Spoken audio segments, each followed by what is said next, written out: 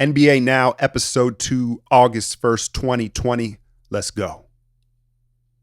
Now, when the players were debating whether it was worth it to play or if they should be playing right now, and the NBA had to nudge them a certain way, right? I think the money helped. I already spoke about that, but they released the different statements that the players could wear on the back of their jerseys, and you heard a lot of them complain and say it wasn't diverse enough. Why won't they let us choose the things? And I don't think they wanted the victims' names on the back of the jerseys because the NBA claimed, they didn't want it to be rehashed for the victims' families and stuff. Okay, whatever. But, it was pretty limited. And I gotta say, aesthetically, it kind of, I didn't realize it bothered me not to see the players' names on the back of the jerseys, but it is what it is. I think maybe someone can correct me if I'm wrong here, but to me, some of them, like I am a man, that's the worst one I've seen so far. Like if you got to say you are a man, maybe you're not. Nah, I don't know. I just didn't like that one. Some of them they are limited, right? I think maybe the most effective one I saw was vote, right? That one's like, that gets the message across in one word quickly, vote, right? But it's just been weird. Like you saw Tatum last night. Some of these, like when you wear the number 0 and then Black Lives Matter are all the way across it aesthetically, that's why Tatum wasn't shooting well last night, right? I mean, you got to fix that. He got to get something short. When you wear number 0, you got to just put peace or something like that so it looks better on the back of the jersey. I'm joking. I think maybe the biggest story out of the bubble yesterday, depends on who you ask, was young Jonathan Isaac of the Magic. Now, I wasn't exactly tuning into that Magic Brooklyn game, forgive me, but he was the first player to stand during the national anthem. I like it. I think it's courageous, and I imagine there's got to be other players that feel that way. And so, I didn't look too deep into his reasoning and stuff. He said it wasn't for him. It's not a way for him to make change, and it doesn't necessarily directly associate with Black Lives Matter. I can dig it. I can respect it. I'm very curious to see how his peers treat him, and if he continues to do so, or will the media scrutiny and, again, his peers, the other players, kind of peer pressure him into taking a knee? So we'll see how that goes, but there's always got to be a first. So that made the early headlines. The first game, the game that I am doing for my big game breakdown on Patreon today, was that Portland-Memphis game, and it's obviously a huge deal. These two playing each other, battling for that 8th seed in the Western Conference, Portland on their tail anyway. But then you consider the fact when they play each other, it's a 2-game swing, right? So to me, this was the game I had circled and what I was looking forward to most. And every team is its own entity, right? How they handle things, how organized they are, what their cultural philosophies are, right? But when you look at a young team like Memphis, they've got to be one of the youngest, if not the youngest team in the league. When you're talking about Jaren Jackson Jr., Brooks, all of them, it's just a very young roster, especially when they traded Iguodala. I think that was probably keeping them, their average up. No shots to Ig, but and then you consider the fact that you've got a rookie head coach in Taylor Jenkins, and you have to imagine they're at a disadvantage in this bubble where you compare it to Portland, where you got Stouts, you got Dame, CJ, it's a veteran team, Melo. And just generally speaking, I think younger people, not even players, right, have a harder time being disciplined when you disrupt their environment, right? And so you put a young team like Memphis in the bubble. Are they as disciplined? Can they get as focused? There's going to be probably more of an adjustment period for a young team, and it's going to be tough. It's going to be tough to hold on to that 8th seed. So the story for Portland is they roll out. They're finally healthy after this 4 months, and damn, they're deep. They're deep, man. Like, about the bigs. So Nurkic is back, right? That puts Whiteside on the bench. Collins is back, right? And he was inserted in the starting lineup coming off that shoulder surgery. But then you add the fact that quietly before the season stopped, Gary Trent Jr. has become an integral part of the rotation.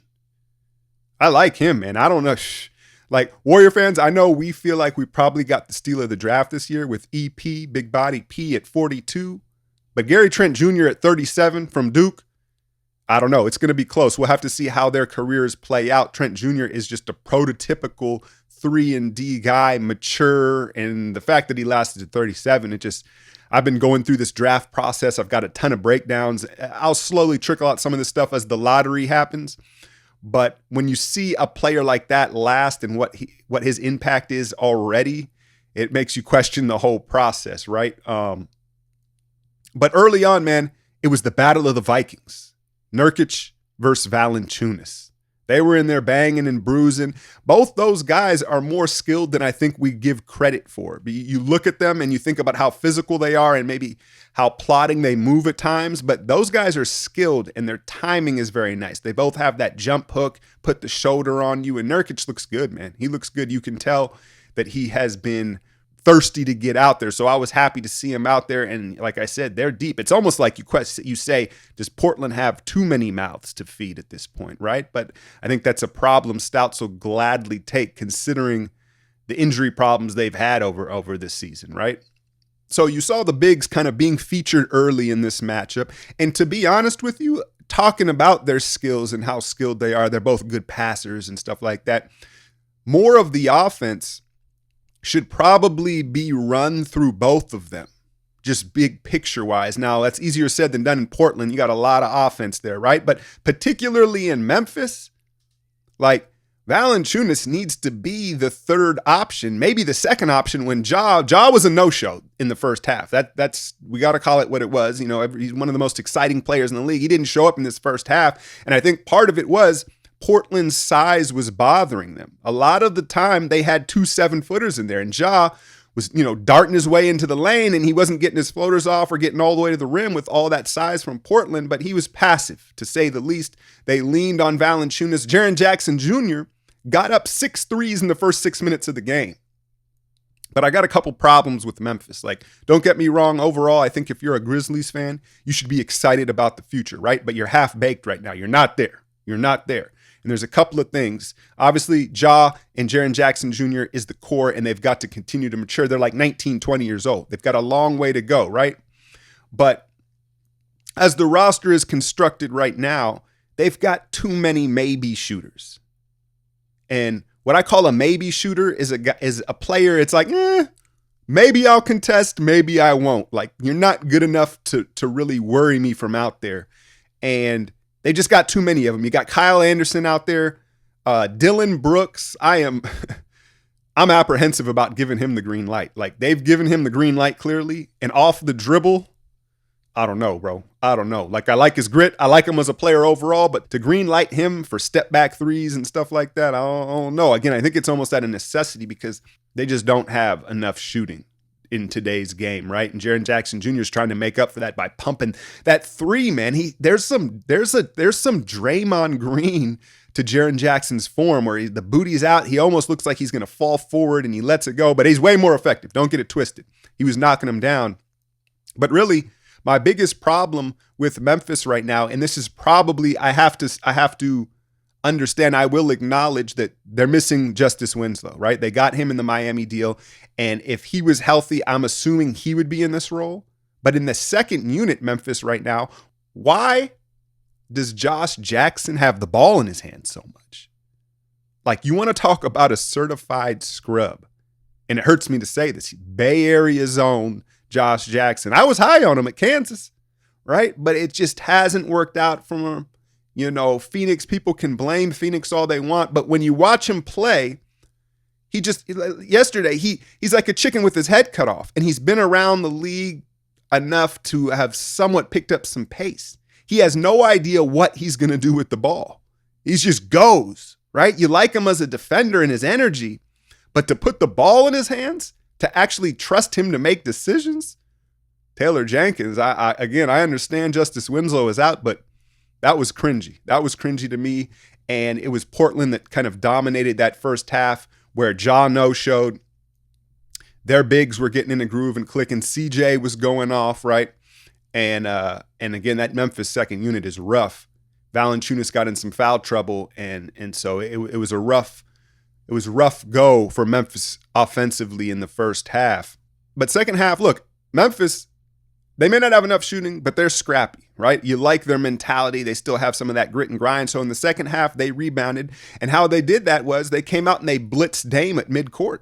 We all know that's Dame's Achilles, man. Like, you go to any Portland playoff series, when do they have trouble? When you blitz Dame out of those pick and rolls up high. And Memphis, with Jaren Jackson Jr., he moves well for a 7-footer out there. They were very effective with it. They got really aggressive physically. Dillon Brooks, he's a mean player, right? I like how rugged he is. I just don't know about him taking step back threes. That's all I'm saying. So they've got that rugged mentality, and they out hustled Portland to start the second half, pulled right back in the game. So now we're down the stretch of the game, and, look, Portland fans, y'all let me know. I know, like, the pride of Oakland, Dame, and his range, his guts, his leadership, right? He is the guy. I'm not questioning that. But are we not so sure that CJ isn't the better option late in a game, like if you need a bucket? And again, situation matters. Who are you playing and who is being guarded, right? Like, who's on CJ, who's on Dame? I understand that it has to be dynamic, but I just feel like CJ has better shot selection than Dame. I really do. I just did a recent video on CJ's footwork and how it's underrated, and he was cooking in this. He was the best offensive player on the court for most of the game. And then you saw Melo hit those 2 big corner threes late. I was impressed with Portland's passing. I really was. And Melo, just like LeBron, when he does that little glance down at the line before he pumps it, he's usually money. I don't know if they developed that together, but both Bron and Melo, when they do the little glance down at the line to pump the three, it's usually money. And it's ironic because that's like a cardinal sin. If you're a shooting coach, right, or you're just a coach, you never look down at the line, right? It goes against the philosophy of shooting, but Melo's got that in the bag. He hit those 2 big threes. So ultimately then Portland in overtime, they just pulled away real quick, right? It was CJ 3, Dame 3, boom, boom, boom, boom. All of a sudden they're up 6-8 points in the first 2 minutes of overtime. Memphis stuck it out. They hit some threes, and you saw some inbound problems with Melo, a press, and all of a sudden it was too close for comfort. Now Portland ended up closing it out in overtime, which is a huge win. It hurts. Not only does it hurt Memphis, who they're going to have to see probably in this playoff, but New Orleans, right? They took the L on the opening night. And so Portland gets it done. Memphis, they're going to have that opportunity, and we'll see. But ultimately, it feels like down the stretch, Ja and Jaren Jackson Jr., like, who's going to get you a bucket when you need one in a close game like that? They're capable of it, but I don't know. I don't know if they have the spacing or their games is refined enough. They don't have a go-to shot maker down the stretch with a go-to move. All right, the second big game, Bucks, Celtics. I really like those cream jerseys from the Bucks, man. The Cream City, that shit is clean. I hope we never see those yellow Bucks jerseys. I think they got the memo. They had to get those out right now. The Bucks came out like gangbusters, right? The Bucks came out and picked up right where they left off. A 17-2 run opened up on the Celtics, who started slow, obviously, right? The story is Kemba Walker, man. Celtics fans, you already know, man. So they shut him down right before the stoppage in March, right? His knee is sore. We're going to shut him down for a little bit, get him ready for the playoffs. Okay, fine. 4 months goes by, and the knee is still bothering him. It's still bothering him. And so I went and did a little bit of research, and I didn't realize you don't get a lot of media attention down in Charlotte, right? They've been irrelevant since Larry Johnson, right? But he had 2 surgeries on that left knee, on the meniscus. This is in 2017 when he was still with the Hornets. Now, those of you that aren't familiar with the meniscus, it's a little disc that sits between the joints of the bone of the knee, right? And you can tear it or you can, like, the way that it could be ruptured. It's just a funky thing. It's a little disc. And when it's injured, a lot of the time, the surgeons, they snip out the injured part, right? They keep snipping out parts of it and cleaning it up, quote, right? But at a certain point, it's finite. You only have so much of that little disc in that cartridge. And unfortunately now, that's 2 times with Charlotte they've went in on it. I believe they went in on it again with Boston here before the stoppage. They've been kind of secretive about it. And it really makes sense because you hear Kemba talking about, oh, the warm weather in Orlando is helping me, right? And then they don't want to rest him a long time. So the minutes they try to combine them all almost all in the first half of the play. And so you're like, that sounds like an old guy with an old knee, right? Well, that's kind of what it is. If he has a meniscus problem, ultimately it's going to be chronic. It's at some point it's going to be bone on bone, and it's just going to be pain management. Now, the positive thing for Kemba Walker is if you watched him, he's still quick as shit, right? He hasn't lost a step. It's him dealing with the pain. I caught him grimacing a few times, right? And then I did notice he is getting beat left more, right? Where he would have to slide off that defensively. But he was effective. He had a nice game. He shot the ball well. And this is the catch. If these teams meet up in the playoffs, they need Kemba. He is essential for this matchup. And let me explain why. You saw Tatum struggle, right? That's the other story for Boston. But sometimes you can't meet size with size. You got to counter it with something else. If it's a big, strong team like the Bucks, you got to do it with quickness. You can't just match their size. And in part, I think that's why Tatum struggled. He's entitled to get off to a slow start. I don't think that this is going to, he's going to pick it up, right? But you saw him struggle, and it's because when he comes off those screens and he gets into the mid-range, and first off, Wes Matthews is a pest. He's a pest of all pests, right? Top 5 in the league, pests defensively. So he's all over him, right? But when he comes downhill off those screens, Tatum being 6'8", 6'9", that size, one, he's usually used to coming into the lane or that elbow area, rising up and kind of being the bigger, longer player a lot of the time. And two, he needs a little more space and time to get off his stuff, right? Because he's a big guy.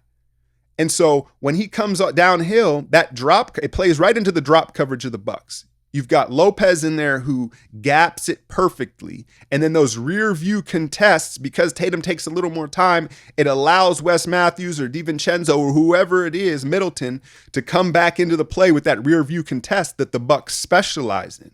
And so I think in a series, it's going to be tough for Tatum. It's going to be tough for Tatum just given their length, their size, and their way they play defensively. Now, you flip it to Kemba. What's Kemba's signature move, right?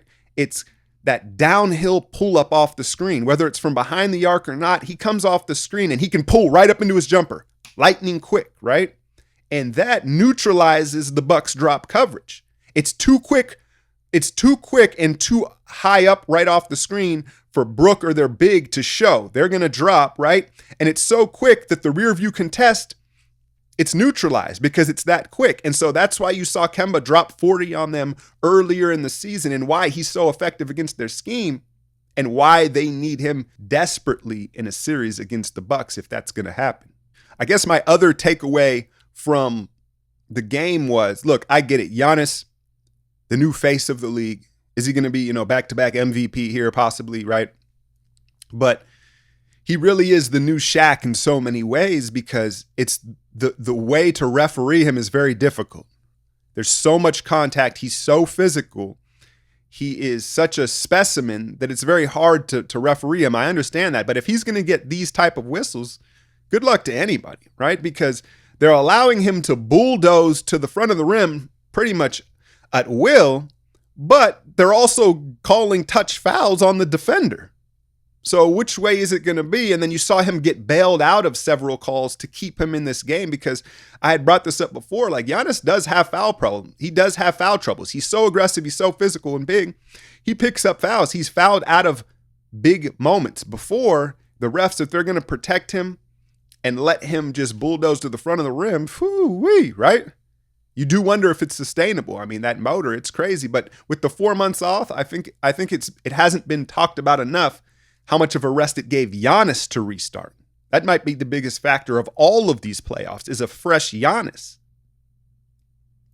But overall, I think it'd be a very competitive series. And I think, they need Kemba. They need Kemba even in spot minutes because to neutralize that drop coverage, I guess ultimately I question, can Boston shoot the three well enough to neutralize the size of Milwaukee? It's going to be tough. It's going to be tough. Now, as this game was wrapping up, they panned to the Rockets getting ready in their locker room, and they caught Russ. And when he realized he was on camera, man, was he mad. Man, was he mad. That was That was probably the most entertaining thing of the night in my eyes. That was hilarious. And it was so funny because as he realized that he was on camera, he was like, wait a minute, they could have caught me doing some crazy shit. And then he got real mad, right? So I'm not going to front. I didn't watch the first half, most of the first half of this Dallas-Houston game. Look, everybody loves offense, right? But let's keep it real here. Both these teams, this was the first game of the official regular season where it felt like they were kind of saving themselves, at least on the defensive end. There wasn't a lot of physicality or effort. It was just a light show. Luka and Harden both look spry. I know, Harden, the reported weight loss doesn't really show like Zion out there, but he looks pretty spry. He looks fresh. Both of them look good. And the story, I guess, there's two stories out of this. Dallas, a lot of mistakes down the stretch. They gave this game away, right? The Maxi Kleba box out, fouling Harden, with 5 seconds left from like 40 feet. There was some ridiculous mistakes. Carlisle looking like Jim Carrey in 23, probably in that post-game locker room. He was probably looking crazy. But, Porzingis went off. What do you have, like 39 points? And that's good. That's, what is he, 7'2"? So you got PJ Tucker on him, Covington, right? His size could be a problem in a potential matchup. But I will say, I don't think PJ was being nearly as physical as we'd see him be if this was a playoff series. I think he was kind of, playing poker with him there and kind of letting him get his shit off. And then the other story is Trey Burke, man, right? Brunson is out. I don't know what happened to Brunson, what his injury was, but I believe he's out for this bubble. And so Trey Burke, who's had some nice games in other spots. He was in New York. I forget where he was after that, right? But he's a bucket getter. He's undersized, but he lit it up. But he was shooting uncontested threes all night. And so it was back and forth, high scoring. I don't have a whole lot to say about it. Again, I don't think we know that that's those two teams' DNA, that it is offense, but I don't know. The game wasn't as competitive as some of these other games. Anyway, wrap this thing up here, episode 2. Go check out my Patreon and continue to like, share, and subscribe on all these platforms. Oh yeah, one last thing. I'm trying to get this out on iTunes. iTunes is giving me issues here. I've changed hosts for this podcast, but you can get it on Pocket Cast, Spotify, and again here if you're watching it on YouTube. I'm out, Joe. I've been winning so long, it's like alchemy.